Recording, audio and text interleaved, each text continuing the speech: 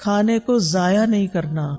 کچھ لوگ دیکھتے ہیں کوئی چیز, کہتے ہیں اچھا پھینکو اس کو, پر کھجور لیں گے اس کے اندر وہ چھوٹی چھوٹی لگ جاتی ہے نا سسری سی, تو کہتے ہیں نہیں یہ نہیں کھانی, پھینک دو پھینک دو پھینک دو. یہ اسراف ہے.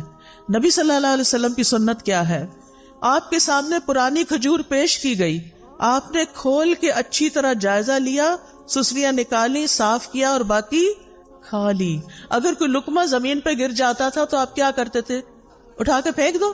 نہیں, بلکہ اس کو صاف کر کے کھا لیتے تھے.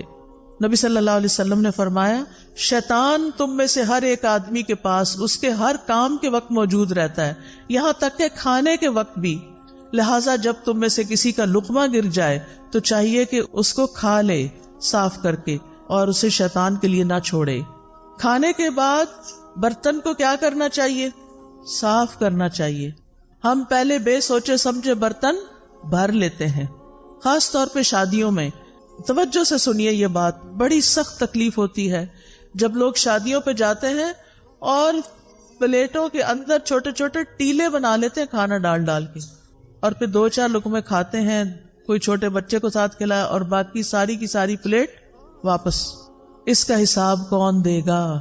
پہلے تھوڑا ڈال کے چکھ لیں کہ آپ کے حساب سے نمک پورا ہے یا نہیں, اور اگر پہلی دفعہ میں آپ کو ٹھیک لگتا ہے تو بس پھر دوبارہ اتنا ڈالیں جتنا آپ کو بھوک ہے کھانا ہے. کھانا زیادہ نہیں ڈالنا, نہ گھر میں, نہ شادیوں میں, پارٹیوں میں, نہ کسی کے گھر, کیونکہ وہاں انسان سوچتا ہے میرا کیا جاتا ہے, مجھے تو کوئی نقصان نہیں.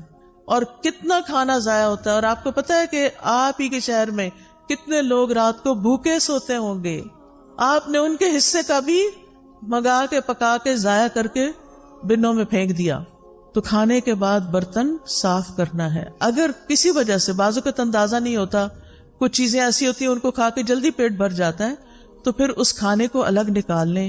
اگر کوئی بلی وغیرہ ہے اس کو ڈال دیں, اگر کوئی چاول وغیرہ ہے اپنے گھر میں ایک ایسی کنالی رکھ دیں, کوئی ایسی ڈش رکھ دیں کہ جس میں بچا ہوا کھانا جا کے ڈال دیں, پرندے آئیں گے وہ کھا کے چلے جائیں گے, آپ کو ثواب ملے گا. میں تو جب روٹی خود بناتی تھی تو پیڑے کا آٹا ہوتا ہے نا, وہ اگر ہاتھوں کو لگ جاتا تھا تو میں اس کے لیے الگ برتن رکھتی تھی, اور صبح سے رات تک جتنے بھی اس کے اندر ہاتھ سے اترا ہوا آٹا جمع ہوتا تھا وہ شام تک چھوٹی چھوٹی سوئیاں بن جاتا تھا سوکھ کے, پھر میں اس کو چڑیا کو ڈال آتی تھی. کیونکہ ذرے کا بھی وزن ہوگا نا قیامت کے دن, کے نہیں ذرے کا وزن ہے نا. فَمَن يَعْمَلْ مِثْقَالَ ذَرَّةٍ خَيْرًا يَرَهُ وَمَن يَعْمَلْ مِثْقَالَ ذَرَّةٍ شَرًّا يَرَهُ. شر کیا ہے؟ ضائع کرنا. خیر کیا ہے؟ کسی کے فائدے میں لے آنا. اور مجھے امید ہے کہ آپ پرندوں وغیرہ کے لیے پانی بھی رکھتے ہوں گے. آج کل آپ دیکھیں بارشیں نہیں ہو رہی, سخت گرمی میں بھی پانی ڈالیں, لیکن سردی میں بھی پانی رکھیں. کبھی راستے میں دیکھتے ہو نا پرندوں وغیرہ کو, میں سوچے کہیں پانی نظر نہیں آ رہا, پتہ نہیں کہاں سے پیتے ہیں بےچارے, ان کو بھی پیاس لگتی ہوگی. تو آج کل بھی کچھ نہ کچھ پانی, یعنی برتن بنا چھوڑے گھر میں. اگر آپ کو چھوٹا سا بھی گھر ہے, کھڑکی کے باہر بھی چھوٹی سی جگہ ہے, تو وہاں ایک چھوٹی سی کوئی چیز لگا دیں, لیکن اپنے ساتھ دوسروں کا بھی خیال رکھیں. پھر اسی طرح صحت کو فائدہ دینے والی غذا کھائیں, اور وہ چیزیں چھوڑ دیں جو صحت کو نقصان دیتی ہیں. ام منذر کہتی ہیں رسول اللہ صلی اللہ علیہ وسلم میرے گھر تشریف لائے, آپ کے ساتھ علی رضی اللہ عنہ بھی تھے, اور علی رضی اللہ عنہ بیماری سے اٹھے تھے, کمزور تھے. ہمارے ہاں کھجوروں کے خوشے لٹک رہے تھے, تو رسول اللہ صلی اللہ علیہ وسلم اٹھے اور ان سے کھانے لگے, اور حضرت علی بھی کھانے کے لیے اٹھے, تو رسول اللہ صلی اللہ علیہ وسلم نے ان سے فرمایا رک جاؤ, ابھی تم کمزور ہو. چنانچہ وہ رک گئے, ان کو پرہیز بتایا آپ نے. ام منذر کہتی ہے میں نے جو اور چکندر پکائے ہوئے تھے وہ آپ کی خدمت میں پیش کیے, تو آپ نے فرمایا اے علی یہ لے لو, یہ تمہارے لیے زیادہ فائدے کی چیز ہے. کھانا کھا کے کیا کرنا چاہیے, شکر کیسے کرنا چاہیے؟ اس میں آپ دیکھیں سب سے پہلی دعائیں کون سی ہیں؟ کھانا کھانے کے بعد کی دعائیں. ایک نہیں کئی دعائیں ہیں. آپ نے پتہ کیا کرنا ہے؟ ان دعاؤں کو, اس پیپر کو اس میں سے الگ کر کے آپ نے اپنے کچن میں جہاں کھانا کھاتے ہیں, یا ڈائننگ ہال میں, یا پھر جہاں بھی آپ ہوتے ہیں وہاں یہ لگا لیں اور دیکھ کے پڑھنا شروع کریں, اور ایک ایک یاد کرنا شروع کریں, تاکہ کھانے کے بعد پڑھ کے آپ اٹھیں. ٹھیک ہے انشاءاللہ. اور اس سے آپ کو انشاءاللہ بہت ثواب ہوگا, اور یہ شکر ادا کرنے کا ایک طریقہ ہے. مثال کے طور پر آپ دیکھیں، اللہم بارک لنا فیہ وَأَطْعِمْنَا خَيْرًا مِّنْهُ، اے اللہ ہمیں اس کھانے میں برکت عطا فرما اور ہمیں اس سے بہتر کھلا. سبحان اللہ. ہر دفعہ کھانا کھا کے اگر آپ یہ دعا مانگتے ہیں کہ اللہ ہمیں اس سے بہتر عطا فرما، تو کیا ہوگا؟ شکر ادا کرنے والے کو کیا ملتا ہے؟ بہتر ملتا ہے. پھر الحمدللہ الذی اطعم وسقا وسوغہ وجعل لہ مخرجا، تمام تعریفیں اللہ کے لیے ہیں جس نے کھلایا پلایا اور اسے جسم میں پیوست کیا، یعنی ہمارے جسم کا حصہ بنا اور اس کے نکلنے کی راہ بنا، یعنی جو ویسٹ تھا وہ بھی جسم سے نکل گیا. اور اسی طرح باقی دعائیں بھی ہیں. میں نے یہ دعائیں اپنے کچن میں لگائی ہوئی ہیں اور الحمدللہ پڑھنے میں بہت آسانی ہوتی ہے. پھر اس کے بعد کھانے پینے میں اسراف سے بچنا ہے. یہ بڑا اہم سبق ہے. اللہ سبحانہ وتعالیٰ فرماتے ہیں، یا بنی آدم خذوا زینتکم عند کل مسجد وَكُلُوا وَاشْرَبُوا وَلَا تُسْرِفُوا إِنَّهُ لَا يُحِبُّ الْمُسْرِفِينَ. اے آدم کی اولاد، ہر نماز کے وقت اپنی زینت لے لو، یعنی لباس میں نماز پڑھو، اور کھاؤ اور پیو اور حد سے نہ گزرو، بے شک وہ حد سے گزرنے والوں سے محبت نہیں رکھتا. اسراف کسی بھی چیز میں پسندیدہ نہیں، نہ لباس میں اور نہ کھانے پینے میں اور نہ کسی اور چیز میں. اسراف کیا ہے؟ نمبر 1، ضرورت سے زیادہ کھانا پینا. لوگوں کو اسراف کا مطلب نہیں پتا. ضرورت سے زیادہ کھانا پینا، کھانے کی ہرس، اور ایک وقت میں کئی چیزیں کھانا، یہ بھی کھا لو وہ بھی کھا لو وہ بھی شکلو، یہ بھی کھاؤ یہ بھی کھاؤ. اس وقت تو پتہ نہیں چلتا، لیکن جب ہضم ہونے پہ آتا ہے تو پھر تکلیف شروع ہو جاتی ہے. نمبر 2، ان چیزوں میں حد سے زیادہ خرچ کرنا. ایک ہے ضرورت سے زیادہ کھانا اور دوسرا ضرورت سے زیادہ خرچ کرنا. مثلا آپ گروسری کے لیے گئے ہیں، آپ وہاں دیکھتے ہیں سجے ہوئی چیزیں ہیں، زبردست سبزی پڑی ہے اور زبردست چیزیں اور پیکنگز میں پڑی ہیں. آپ کہتے ہیں پتہ نہیں، پھر کہا بھائی یہ بھی لے لو یہ بھی لے لو یہ بھی خرید لو یہ بھی خرید لو یہ بھی خرید لو. اب آپ دیکھیں مشکل کیا ہو گئی ہے کہ بڑے بڑے سٹورز بن گئے ہیں، بڑے بڑے مالز بن گئے ہیں. اگر آپ نے ایک سمپل چائے بھی لینی ہے تو پہلے زمانے میں کیا ہوتا تھا، چھوٹی سی کارنر پہ دکان ہوتی تھی، وہاں ایک ہی قسم کی یا زیادہ سے زیادہ 2 قسم کی چائے پڑی ہوتی تھی، اور آپ جو پیتے تھے وہی چائے دوبارہ کسی بچے کو بھی پیسے دے کے منگا لیتے تھے. اب کیا ہوتا ہے، آپ مال میں جاتے ہیں اور چائے کی اتنی قسمیں ہیں کہ آپ کہتے ہیں کہ اچھا یہ بھی آ گئی، یہ تو لگتا بہت اچھی ہوگی، چلو یہ بھی ٹرائی کر لیتے ہیں، وہ بھی یہ بھی وہ بھی. بہت ساری چائے خرید کے گھر لے آتے ہیں طرح طرح کی. اب تو مجھے لگتا ہے ہر چیز کی چائے بن گئی ہے. اچھا اب گھر لاتے ہیں، اب آپ ایک پیتے ہیں، آپ کو ہائے ہائے یہ تو اچھی نہیں لگی، اس کو پرے پھینکو، پھر دوسری پھر تیسری، اور کچھ تو کھولنے کی نوبت نہیں آتی. اور پھر ایسے ہی پیک ڈبے جب ایکسپائر ہو جاتی ہے نا ڈیٹ، تو پھر اٹھا کے کیا کرتے، بن میں پھینک دیتے ہیں. نہ اپنے کام آئی نہ کسی اور کے کام آئی. یہ آپ نے کیا کیا؟ اسراف. سمجھ آئی اسراف کی؟ کس کس کو اسراف کی سمجھ آئی ہے؟ الحمدللہ. نمبر 1 زیادہ کھانا، نمبر 2 کھانے پہ زیادہ خرچ کرنا، اور نمبر 3 ہے حرام میں پڑنا، حرام چیزیں کھانا، نقصان دہ چیزیں کھانا. تو اللہ سبحانہ تعالیٰ نے کیا فرمایا؟ کھاؤ پیو لیکن اسراف نہیں کرو. نبی صلی اللہ علیہ وسلم نے فرمایا کھاؤ اور پیو، پہنو اور صدقہ کرو، لیکن اسراف نہ کرو نہ تکبر کرو. ابن عباس کہتے ہیں جو تمہارا جی چاہے کھاؤ، جو تمہارا جی چاہے پہنو، مگر 2 باتوں سے ضرور بچو، اسراف اور تکبر. تکبر کیوں؟ کیونکہ عام طور پر لوگ اپنا آپ دکھانے کے لیے، اپنے آپ کو بڑا ظاہر کرنے کے لیے قیمتی سے قیمتی، مہنگے سے مہنگے کپڑے پہنتے ہیں اور قیمتی سے قیمتی چیزیں خرید کے رکھ لیتے ہیں، صرف دکھاوے کے لیے، استعمال کچھ بھی نہیں کرتے. تو پھر کیا کہا ابن عباس نے؟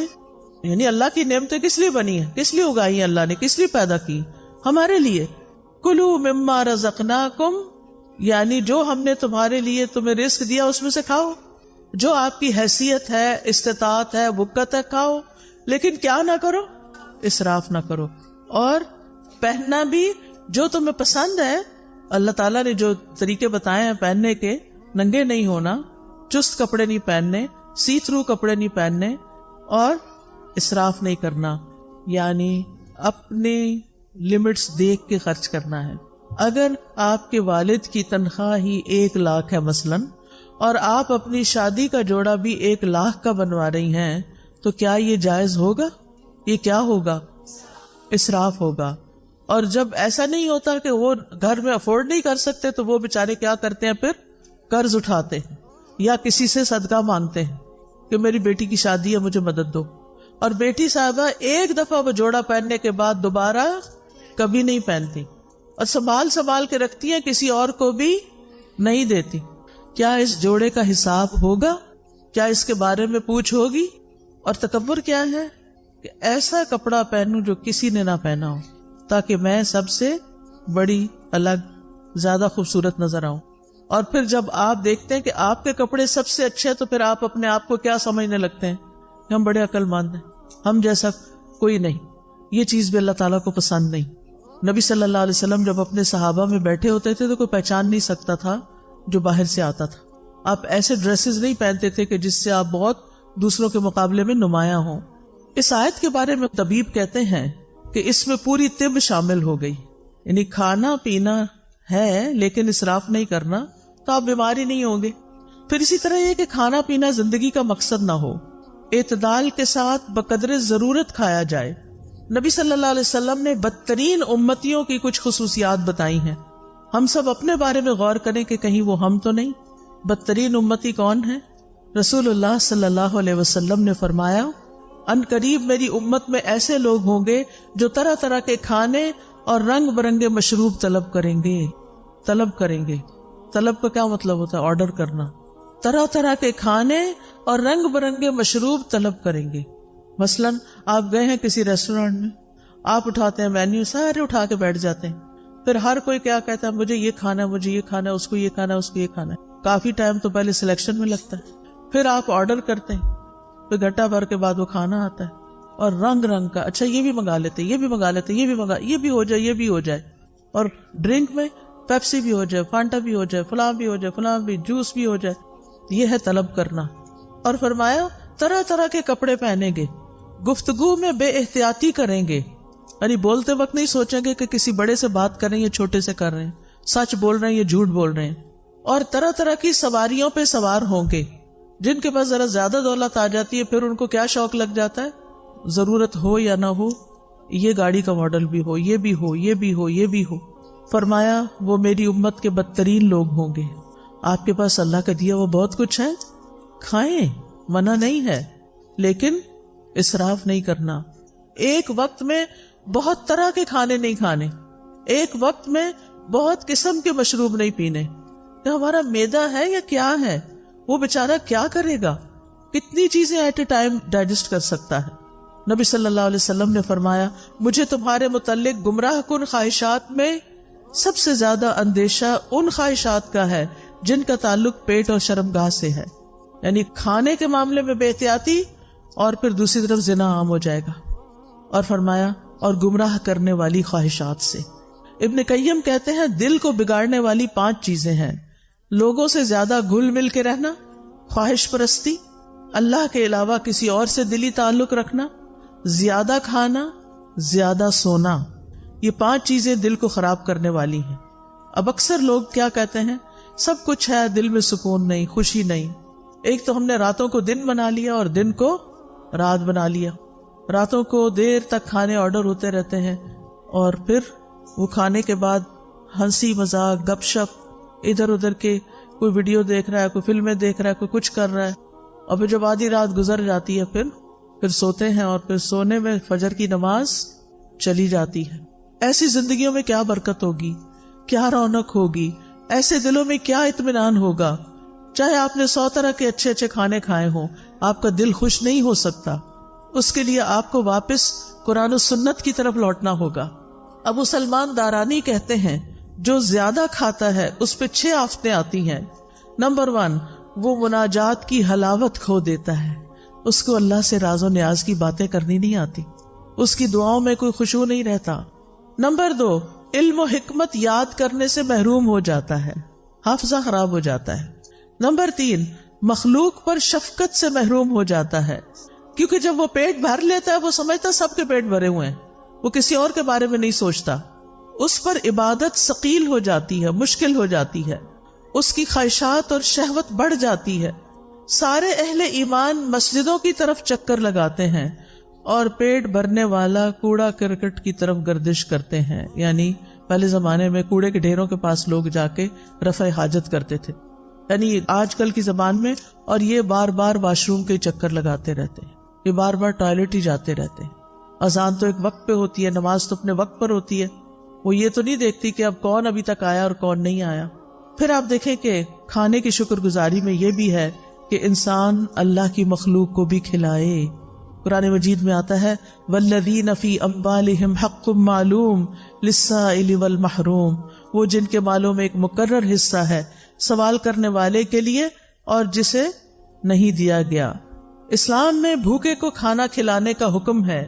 نبی صلی اللہ علیہ وسلم نے فرمایا بھوکے کو کھانا کھلاؤ، بیمار کی تیمارداری کرو، قیدی کو رہائی دلاؤ۔ لیکن کتنا ظلم ڈھاتے ہیں ہم، کام والی رکھ لیتے ہیں اور اس سے کہتے ہیں اتنی تنخواہ دیں گے، کھانا وانا کچھ نہیں۔ آپ اپنے کچن میں اس سے سارا کام کراتے ہیں، کھانے کی خوشبوئیں اٹھ رہی ہوتی ہیں، جیسی آپ کو بھوک لگتی ہے اس غریب کو بھی لگی ہوتی ہے، اور جب آپ کھانا پکوا لیتے ہیں تو اس کو خدا حافظ کر دیتے ہیں، ہم نے تم سے کھانا نہیں باندھا ہوا، بس صرف تنخواہ دیں گے۔ اب وہ بیچاری گھر جائے، کیا خریدے اور کیا پکائے؟ مہنگائی کا حال تو اب سب کو پتا ہے۔ اگر اپنے ہی کھانے میں سے، جیسے نبی صلی اللہ علیہ وسلم نے فرمایا جو تمہارے لیے پکا کے لائے تو چند لقمے اس کو بھی اس میں سے کھلاؤ، اگر اس میں سے آپ اسے بھی دے دیتے ہیں، بٹھا کے کھلا دیتے ہیں، کتنا بڑا اجر کماتے ہیں۔ آپ کو گھر سے باہر جا کے صدقہ کرنے کی ضرورت نہیں پیش آئے گی اگر آپ گھر کے غریب ملازموں کو اچھا کھانے پینے کو دے دیتے ہیں۔ کیا حکم ہے؟ جو خود کھاؤ وہی ان کو کھلاؤ۔ کیا ہم اس پہ عمل کرتے؟ ان کا کھانا تو الگ بنتا ہے۔ اب آپ دیکھیں ایک کک جو کئی کھانے بنا کے آپ کے سامنے رکھ رہا ہے اور خود اپنے لیے دال بنا کے بیٹھ کے کھا رہا ہے، غریب، وہ آپ کے لیے دل میں کیسی محبت رکھے گا، اس کے دل میں کیسی کیسی تکلیف ہوگی کہ میں یہ سب کچھ صرف بنانے کے لیے، مجھے چکھنے کی بھی اجازت نہیں، اور میں اپنے سرونٹ کوارٹر میں جا کے دال ابال کے کھاؤں۔ کیسی کیسی زیادتیاں ہم کرتے ہیں۔ دوسرے کو کھانا کھلانا ایک مشکل کام ہے، انسان کے دل کے اندر بخل ہے، لیکن یہ تو کرنا ہی ہے کیونکہ اس میں اجر بہت زیادہ ہے، یہ انبیاء کی صفت ہے۔ قرآن مجید میں آتا ہے فَلَاقْتَحَمَ الْعَقَبَةَ وَمَا أَدْرَاكَ مَا الْعَقَبَةُ فَكُّ رَقَبَةٍ أَوْ إِطْعَامٌ فِي يَوْمٍ ذِي مَسْغَبَةٍ۔ پھر وہ مشکل گھاٹی میں نہ گھسا۔ کیا ہے وہ مشکل گھاٹی؟ وہ گردن چھڑانا یا کسی بھوک والے دن میں کھانا کھلانا ہے۔ آج کل سردیاں ہیں نا، سردیوں میں بھوک زیادہ لگتی ہے، لیکن اس میں انسان کہتا ہے پھر میرا کیا بنے گا جو اس کو بھی کھلایا بیچ میں سے، تو لہذا سارا اپنے لیے رکھ لو۔ یہ مشکل کام ہے کھلانا، لیکن جس کو اللہ توفیق دے اس کے لیے بڑا ہی حلاوت والا کام ہے، اس کو کھلا کے زیادہ مزہ آتا ہے۔ جب حضرت ابراہیم کے پاس فرشتے آئے تو انہوں نے کیا کیا؟ یہ نہیں پوچھا کہاں سے آئے ہو، اجنبی لوگ، لیکن چلے گئے اور کھانا لے کر آئے۔ نبی صلی اللہ علیہ وسلم نے عورتوں کو بھی نصیحت کی، مسلمان عورتوں، تم میں کوئی اپنی ہمسائی کے گھر بکری کے ایک پائے کا کھر بیچنے کو بھی حقیر نہ سمجھے، یعنی کھانا بنا کے یا بنانے سے پہلے اپنے ہمسایوں میں بھی تقسیم کیا کرو، کچھ نہ کچھ ان کو بھی بھیجا کرو، اس سے محبت بڑھتی ہے۔ جہنم میں جانے والے لوگوں کی جو خصوصیت سورۃ الحاقہ میں بتائی گئی وہ کیا ہے؟ انہ کان لا یؤمن باللہ العظیم ولا یحض علی طعام المسکین، کہ وہ اللہ بڑے عظمت والے پر ایمان نہیں رکھتا تھا اور نہ مسکین کو کھانا کھلانے کی ترغیب دیتا تھا۔ یعنی صرف خود کھلانا بھی کافی نہیں، اوروں کو بھی ترغیب دلانی ہے کہ وہ بھی کھلایا کرے۔ نبی صلی اللہ علیہ وسلم نے کیا حکم دیا تھا اپنے صحابہ کو کہ کھانے میں کیا کریں؟ پانی زیادہ ڈال لیں، شوربہ بنا لیں اور ہمسایوں کو یاد رکھیں۔ ابو درداء رضی اللہ عنہ اپنی بیوی کو مساکین کی وجہ سے زیادہ شوربہ بنانے کی ترغیب دیتے، اور لیٹلی آپ دیکھیں کہ ہم لوگوں کے کھانے کا سٹائل کیا ہو گیا ہے، شوربے والے کھانے تو غائب ہوتے جا رہے ہیں۔ اب ہم سب کی پسند کیا ہے؟ فرائیڈ یا روسٹ یا بنا ہوا کھانا، بس، جو معدے پہ ہضم کرنا بھی بڑا مشکل ہے۔ نہ ہم نے خود اپنے لیے فائدے کا کام کیا اور نہ دوسروں کو فائدہ پہنچایا۔ وہ کہتے تھے ہم نے ایمان لا کے آدھی زنجیر اتار پھینکی ہے، یعنی جہنم میں جانے والی، کیونکہ اس میں آتا نا کہ وہ کہا جائے گا کہ اس کو جہنم میں جکڑو زنجیروں میں، کیا ہم باقی بھی نہ اتار دیں، یعنی کھانا کھلا کے؟ پھر اسی طرح آپ دیکھیں بہت سے سلف صالحین اپنی افطاری کے کھانے میں دوسروں کو ساتھ کھلاتے تھے. عبداللہ بن عمر، داؤد طائی، مالک بن دینار اور احمد بن حنبل انہی لوگوں میں سے تھے. ابن عمر یتیموں اور مسکینوں کے ساتھ بیٹھ کے افطار کرتے. اگر انہیں یہ علم ہو جاتا کہ انہوں نے مساکین اور یتیموں کو نہیں کھلایا تو وہ افطاری کے وقت کھانا نہیں پھر کھاتے تھے کہ مسکینوں کو کیوں نہیں کھلایا. اور بعض ایسے بھی تھے جیسے حسن بصری اور عبداللہ بن مبارک کہ خود بھوکے بھی رہ لیتے لیکن دوسروں کو کھلاتے، کیونکہ یہ اللہ تعالیٰ کو بڑا ہی محبوب اور پسند ہے کہ انسان دوسروں کو کھلائے. نبی صلی اللہ علیہ وسلم نے فرمایا وہ لوگ اللہ تعالیٰ کو زیادہ پیارے ہیں جو لوگوں کے لیے زیادہ فائدے مند ہیں. اللہ کے نزدیک سب سے پسندیدہ اعمال یہ ہیں کسی مسلمان کو خوش کرنا، اس سے کوئی تکلیف دور کرنا، اس کا قرضہ ادا کر دینا، اس سے بھوک کو دور کر دینا. پھر کھانا کھلانا جو ہے یہ صدقہ ہے، صرف باہر والوں کو نہیں، گھر والوں کو بھی. نبی صلی اللہ علیہ وسلم نے فرمایا تمہارا اپنے آپ کو کھلانا بھی صدقہ ہے، تمہارا اپنے بیٹے کو کھلانا بھی صدقہ ہے، تمہارا اپنی بیوی کو کھلانا بھی تمہارے لیے صدقہ ہے، تمہارا اپنے خادم کو کھلانا بھی تمہارے لیے صدقہ ہے. یعنی اس پر اجر ملے گا.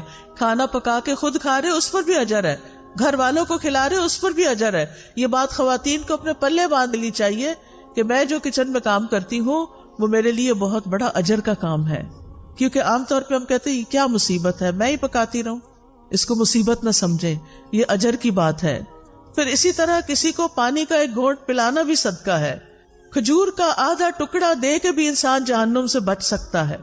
پھر اسی طرح خاص طور پر یتیموں اور مسکینوں کو کھلانا.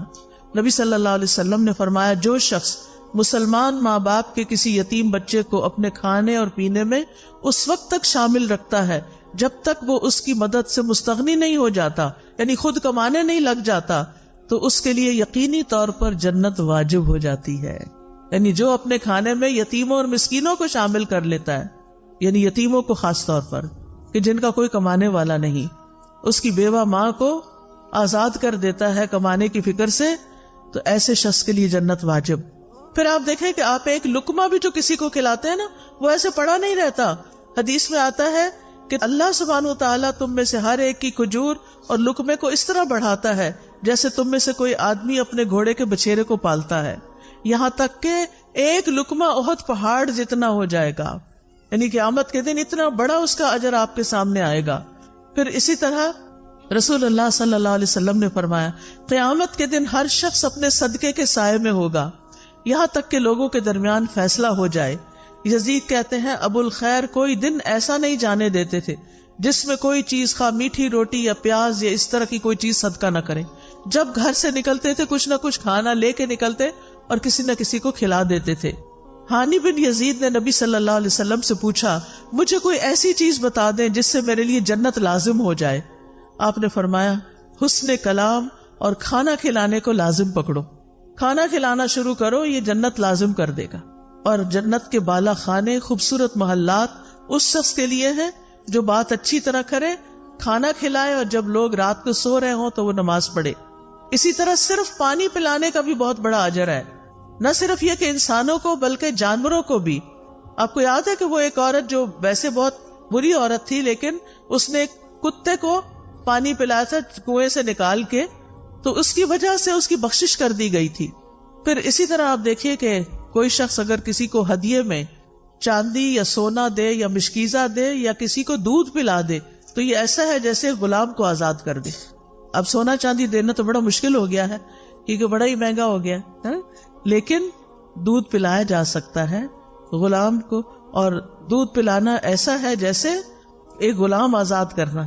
آج کل غلام بھی نہیں ہے اور خالص دودھ اگر کسی کو آپ پلاتے ہیں تو اور بڑا اجر ہے. تو ایسے معاملات میں دل کو کھلا کرنا ہے. ہم یا تو کچھ کسی کو کھلاتے نہیں یا بہت بڑی دعوت کرتے ہیں اور اس میں اسراف کرتے ہیں.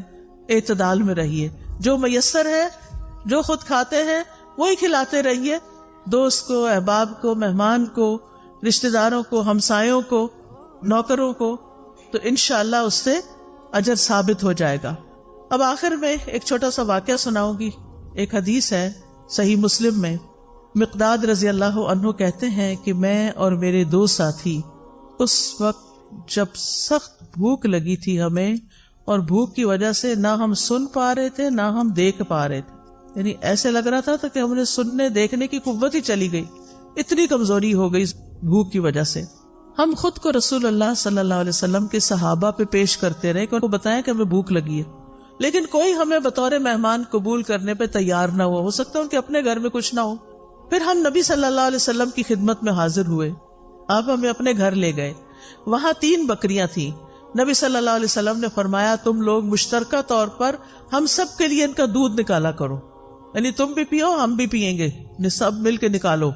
ہم ان کا دودھ نکالتے اور ہر شخص اپنا حصہ پی لیتا، اور نبی صلی اللہ علیہ وسلم کے حصے کا دودھ اٹھا کے رکھ دیتے کہ جب آپ تشریف لائیں گے تو آپ بھی پی لیں گے۔ آپ رات کے وقت تشریف لاتے، سلام کرتے، کسی سوئے ہوئے کو نہ جگاتے اور جاگنے والے کو سلام سنا دیتے، یعنی آہستہ سے سلام بول دیتے۔ پھر آپ مسجد میں تشریف لاتے، نماز پڑھتے، پھر واپس آ کر اپنے حصے کا دودھ پیتے۔ رات کو آپ دودھ پیتے تھے۔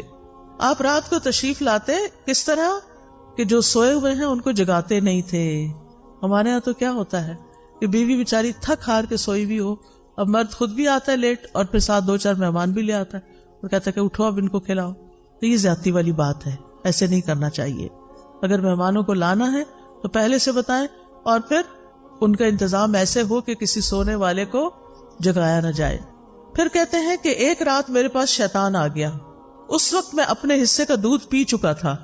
اس نے کہا محمد صلی اللہ علیہ وسلم انصار کے پاس جاتے ہیں، وہ ان کو ہدیے اور تحفے دیتے ہیں اور آپ ان کے ہاں سے لے لیتے ہیں، اور یہ جو تھوڑا سا دودھ پڑا ہے رسول اللہ صلی اللہ علیہ وسلم کو اس کی کوئی ضرورت نہیں، یعنی خود ہی پی جاؤ۔ بعض اوقات ایسا ہوتا ہے نا کہ ہمیں کہا جاتا ہے یہ تمہارا اور فلاں کا، ہم پی لیتے ہیں کھا لیتے ہیں اور کہتے ہیں اچھا پتہ نہیں وہ آئے گی کہ نہیں، وہ بھی کھا لو۔ یہی معاملہ ہوا یہاں، کہتے ہیں میں دودھ کے پاس گیا، وہ بھی دودھ پی لیا جو کس کے لیے رکھا ہوا تھا؟ رسول اللہ صلی اللہ علیہ وسلم کے لیے۔ اور جب وہ دودھ میرے پیٹ کے اندر چلا گیا اور مجھے یہ یقین ہو گیا کہ اب یہ واپس میں نہیں نکال سکتا، تو شیطان نے مجھے پریشان کرنا شروع کر دیا۔ کہتا ہے افسوس تم پر، تم نے یہ کیا کیا۔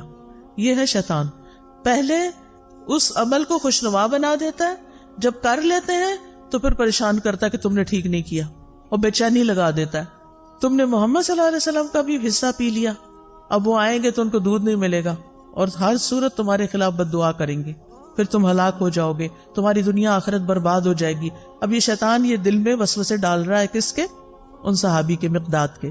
وہ کہتے ہیں میرے جسم پر ایک چھوٹی سی چادر تھی، میں اگر پیروں پہ ڈالتا تو سر باہر نکل آتا، سر پہ ڈالتا تو پیر باہر نکل جاتے، اور کیفیت یہ ہو گئی کہ مجھے نیند نہیں آ رہی تھی کہ میں یہ کیا کر آیا ہوں۔ اور رہے میرے ساتھی تو وہ تو سو رہے تھے اپنا اپنا حصہ پی کے، انہوں نے تو وہ کام ہی نہیں کیا جو میں نے کر لیا تھا۔ کہتے ہیں پھر نبی صلی اللہ علیہ وسلم تشریف لائے اور آپ جس طرح سلام کرتے تھے اسی طرح سلام کیا، پھر آپ مسجد میں آئے، نماز پڑھی، پھر آپ دودھ کے پاس آئے، اس کا برتن کھولا تو اس میں کچھ بھی نہیں تھا، وہ تو پی لیا گیا تھا۔ آپ نے آسمان کی طرف سر اٹھایا تو میں نے دل میں کہا اب تو ضرور میرے خلاف بد دعا ہوگی اور میں ہلاک ہو جاؤں گا۔ شیطان ایسی بدگمانیاں بھی ڈالتا ہے، لیکن آپ نے دعا کی اللہم اطعمنی واسقی من سقانی، اللہ جو مجھے کھلائے اسے تو کھلا اور جو مجھے پلائے تو اسے پلا۔ اتنی خوبصورت دعا، یہ سن کر وہ چادر سے باہر آ گئے کیونکہ جاگ ہی نہیں تھا، ان کو نیند نہیں آ رہی تھی مقداد کو، اور اسے جسم پر مضبوطی سے باندھ لیا، چھری لی اور بکریوں کی طرف چل پڑا کہ ان میں سے کون سب سے زیادہ فربا موٹی ہے، میں اس کو رسول اللہ صلی اللہ علیہ وسلم کے لیے ذبح کر دوں۔ میں نے دیکھا تو اس کے تھن دودھ سے بھرے ہوئے تھے، بلکہ سب بکریوں کے تھن دودھ سے بھرے ہوئے تھے۔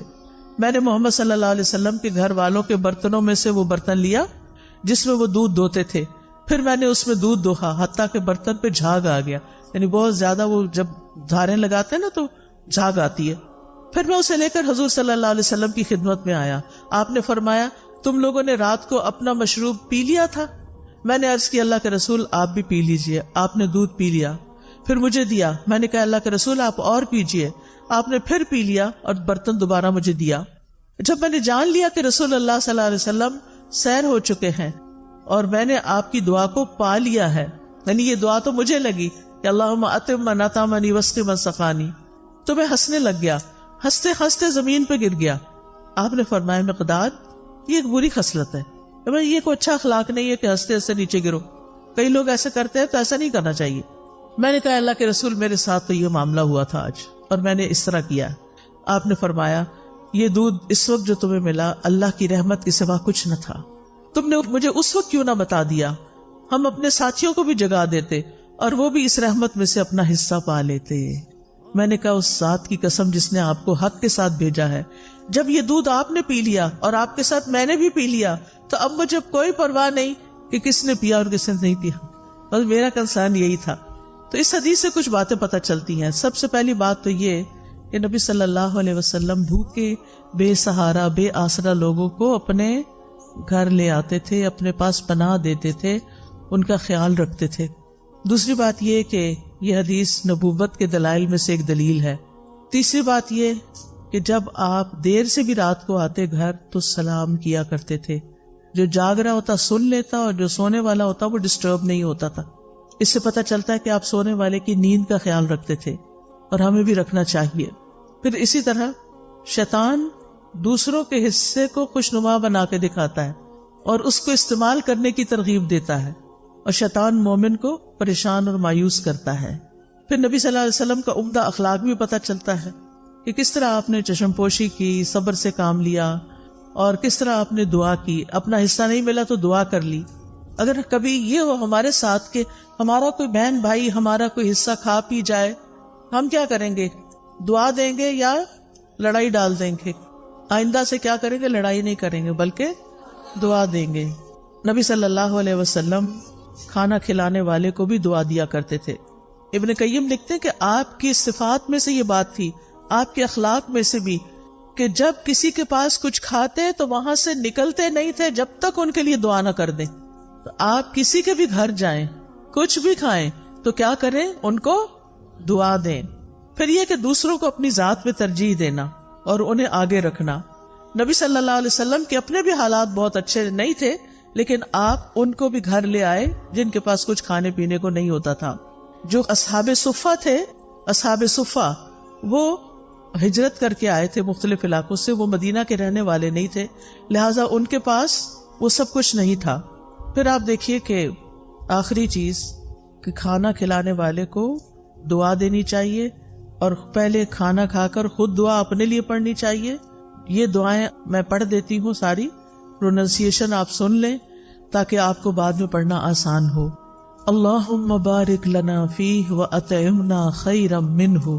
اے اللہ ہمیں اس کھانے میں برکت عطا فرما اور ہمیں اس سے بہتر کھلا. الحمدللہ الذی اطعم وسقا وسوغہ وجعل لہ مخرجا. تمام تعریفیں اللہ کے لیے ہیں جس نے کھلایا پلایا اور اسے جسم میں پیوست کیا اور اس کے نکلنے کی راہ بنائی. الحمدللہ کثیرا طیبا مبارکا فی غیر مکفی ولا مودع ولا مستغنا عنہ ربنا. سب تعریف اللہ کے لیے ہے جو پاکیزہ ہے، کثیر ہے، مبارک ہے. اس کھانے کو ہم کافی نہیں سمجھتے اور نہ اس کو چھوڑتے ہیں. اے ہمارے رب، نہ ہم اس سے بے پرواہ ہو سکتے ہیں. یعنی یہ نہیں کہ یہ آخری دفعہ ہے اور یہی کافی ہے، یہ کافی نہیں ہے، آئندہ بھی کھانا ہے ہمیں. اللہم اطعمت واسقیت واغنیت واقنیت وہدیت واحییت فلک الحمد علی ما اعطیت. اے اللہ تو نے ہی کھلایا، تو نے ہی پلایا، تو ہی غنی کرتا ہے، تو ہی فقیر کرتا ہے، تو نے ہدایت دی، تو نے ہی زندگی عطا فرمائی، بس جو تو نے عطا کیا اس پر تیری ہی تعریف ہے. پھر پچھلے سارے گناہوں کو معاف کرنے والی دعا ہے. رسول اللہ صلی اللہ علیہ وسلم نے فرمایا جو کھانا کھا کے یوں کہے الحمدللہ الذی اطعمنی ھذا ورزقنیہ من غیر حول منی ولا قوہ. اس اللہ کا شکر جس نے مجھے یہ کھانا کھلایا اور مجھے رزق عطا فرمایا جس میں میری قوت اور کوئی طاقت شامل نہیں. پھر اسی طرح ایک اور دعا ہے. ابن عباس فرماتے ہیں کہ رسول اللہ صلی اللہ علیہ وسلم نے فرمایا جسے اللہ تعالیٰ کوئی بھی کھانا کھلائے وہ یوں کہے اللہم بارک لنا فیہ ورزقنا خیرا منہ. اے اللہ ہمیں اس میں برکت عطا فرما اور ہمیں اس سے بہتر عطا فرما. جب دودھ پیتے تو کیا پڑھتے؟ اللہم بارک لنا فیہ وزدنا منہ. اے اللہ ہمارے اس دودھ میں ہمیں برکت عطا کر اور ہمیں اس سے زیادہ عطا کر. ابو ہریرہ رضی اللہ عنہ کھانا کھانے کے بعد کس طرح شکر ادا کرتے تھے؟ وہ کہتے ہیں ابو ہریرہ نے حمید سے کہا میری والدہ کے پاس جاؤ، ان کو سلام کہو اور کہو آپ کا بیٹا آپ کو سلام دے رہا ہے اور کہتا ہے ہمیں کچھ کھانا کھلائیں۔ اس پر ان کی والدہ نے جو کی 3 روٹیاں اور زیتون کا تیل جو ہے اور نمک رکابی میں رکھا، اسے اپنے سر پہ رکھ لیا اور ان کے پاس لے کر یہ چلے گئے۔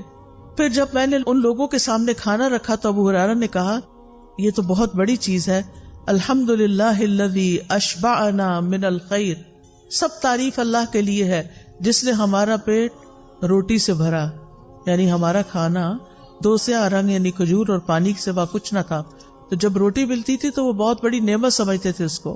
پھر شدت بھوک کے وقت کی دعا ہے، اس سے پہلے ایک اور دعا ہے، الحمدللہ الذی ہدانا واطعمنا وسقانا ونعمنا، اللہ اکبر، اللہم الفتنا نعمتک بکل شر اصبحنا منها وامسینا بکل خیر فنسألک تمامها وشکرها لا خیر الا خیرک ولا الہ غیرک الہ الصالحین ورب العالمین، الحمدللہ ولا الہ الا اللہ ما شاء اللہ ولا قوة الا باللہ، اللہم بارک لنا فیما رزقتنا وقنا عذاب النار۔ اس کا ترجمہ ہے سب تعریف اللہ کے لیے ہے جس نے ہمیں ہدایت دی، ہدایت کھانے پینے سے بھی زیادہ قیمتی چیز ہے، ہمیں کھلایا اور ہمیں پلایا، ہمیں نعمتیں عطا فرمائیں، اللہ سب سے بڑا ہے۔